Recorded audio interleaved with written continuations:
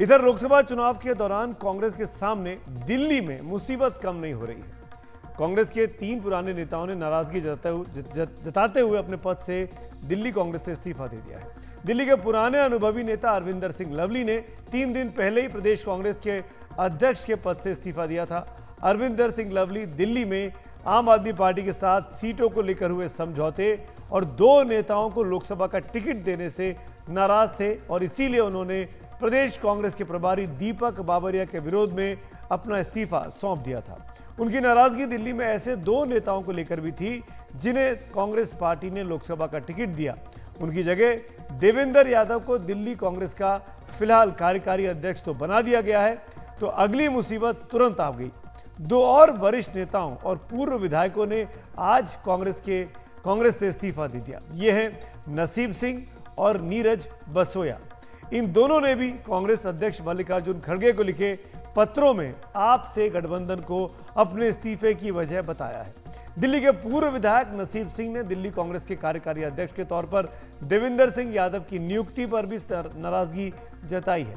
नसीब सिंह ने अपने पत्र में लिखा कि देवेंद्र यादव ने अभी तक पंजाब में अरविंद केजरीवाल के झूठे एजेंडे के खिलाफ अभियान चलाया और आज उन्हें दिल्ली में आपका समर्थन और मुख्यमंत्री अरविंद केजरीवाल की तारीफ करने का काम दे दिया गया है। यही नहीं, नसीब सिंह ने भी अरविंदर सिंह लवली की तरह उदित राज और कन्हैया कुमार को लोकसभा का टिकट देने पर नाराजगी जता दी है। देखिए, हम बहुत दिनों से कांग्रेस के सीनियर लीडर, जिसमें हमारे एक्स एमएलएज ज़्यादा थे, 30-32 एक्स एमएलएज थे, दिल्ली के गठबंधन को लेके हमने अपना विरोध जताया। सोनिया जी से तो हमें टाइम मिला नहीं, ना हमें राहुल गांधी से टाइम मिला, ना हमें खड़गे जी से टाइम मिला। लेकिन जैसे जैसे गठबंधन आगे बढ़ता गया, पहले ये था कि शायद वो 5 सीटें देंगे हम लोगों को, जो हम सेकंड पे रहे हैं जिन 5 पे। पता लगा 3 दी, 3 में भी अब तो हम एक ही मानेंगे, क्योंकि वो 2 जो है वो आउटसाइडर है, वो कांग्रेस की आइडियोलॉजी से संपर्क नहीं रखते। ना कन्हैया लाल का कोई मतलब है और ना उदित राज का कोई मतलब है कांग्रेस की आइडियोलॉजी से। उधर नीरज बसोया ने कहा कि वो दिल्ली में आम आदमी पार्टी के साथ हुए गठबंधन से दुखी हैं। उन्होंने कहा कि मैंने विनम्रता के साथ बताया कि यह गठबंधन नाम खराब कर रहा है और दिल्ली कांग्रेस के कार्यकर्ताओं के लिए रोज की परेशानी बना हुआ है।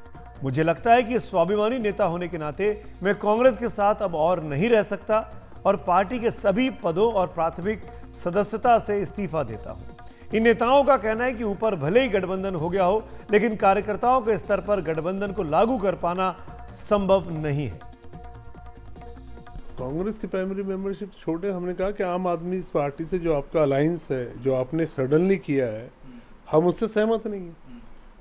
हमने 10 साल सड़कों पर रोज कहा कि भाई आम आदमी पार्टी भ्रष्ट है, केजरीवाल फ्रॉड है, झूठ बोलता है, झूठ बोल के सत्ता में आया। लोकपाल से अन्ना हजारे से शुरुआत की, आज जो सत्ता में बैठा है सारे मुद्दे गायब हैं।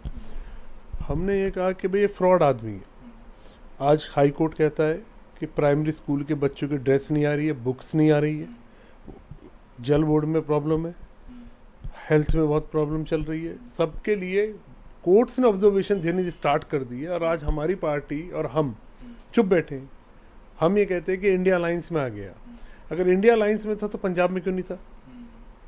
पंजाब में भी है, वहाँ आपका वहीं एक तरफ हम उसे वहाँ गाली देंगे, यहाँ हम उसके साथ खड़े होंगे। तो जो टाइमिंग है सोशल मीडिया के टाइमिंग में, और इसमें आप कैसे कन्विंस करोगे लोगों को और वोटर को? हम ही कन्विंस नहीं हो पा रहे हैं कि आप लोगों ने जो अलायंस किया है वो बहुत गलत किया है। आपने 2 मिनट में संविधान बचाओ के नाम पे अलायंस कर लिया। अब हम ये पूछना चाहते हैं बीइंग कांग्रेसमैन कि दिल्ली में तो संविधान बच जाएगा, पंजाब में नहीं बचेगा, तो या तो पंजाब इंडिया में नहीं है या दिल्ली नहीं है।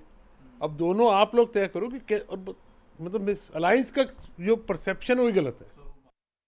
दिल्ली कांग्रेस अध्यक्ष पद से अरविंदर सिंह लवली के इस्तीफे के बाद दिल्ली कांग्रेस में भगदड़ मची हुई है। एक के बाद एक नेता पार्टी छोड़कर जा रहे हैं।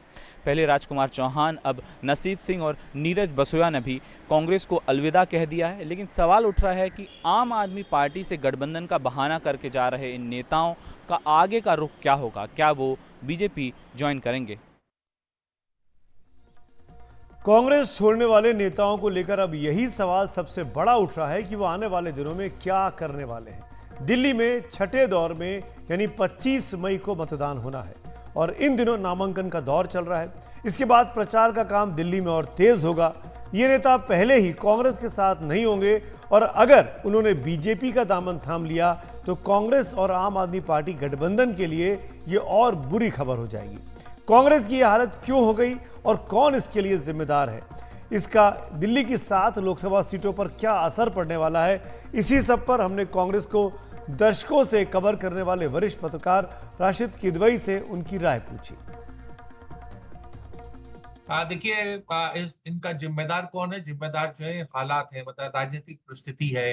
कांग्रेस और आम आदमी पार्टी जैसा हम जानते हैं पिछले 10 सालों में बहुत एक दूसरे की शदीद दुश्मन रही है, कट्टर विरोधी रही है, एक दूसरे को चुनाव हराया। और आम आदमी पार्टी जो है वो कांग्रेस के मतलब एक्सपेंस के ऊपर वो फली फूली है और बड़ी है।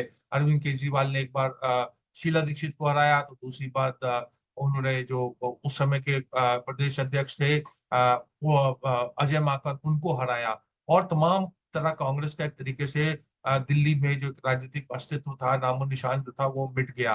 तो उस परिप्रेक्ष्य में जब बात होती है, तालमेल बनाया गया, तो बेचैनी होना बिल्कुल आम बात है, इसमें कोई आश्चर्य की बात नहीं है। लेकिन बेचैनी के बाद में पार्टी छोड़ना, देखिए पार्टी में अनुशासन होता है, पार्टी के निर्णय से अगर वो लोग सहमत नहीं थे तो उस समय विरोध करना चाहिए था। अब जब चुनाव बिल्कुल शुरू हो गया और तमाम सीटों का फैसला हो गया और सदस्य तय हो गए, उसके बाद छोड़ना जो है, मुझे लगता है कि ये राजनीतिक रूप से कोई बहुत अच्छी चीज दिखाता है। इससे कोई चुनाव के ऊपर असर नहीं पड़ेगा।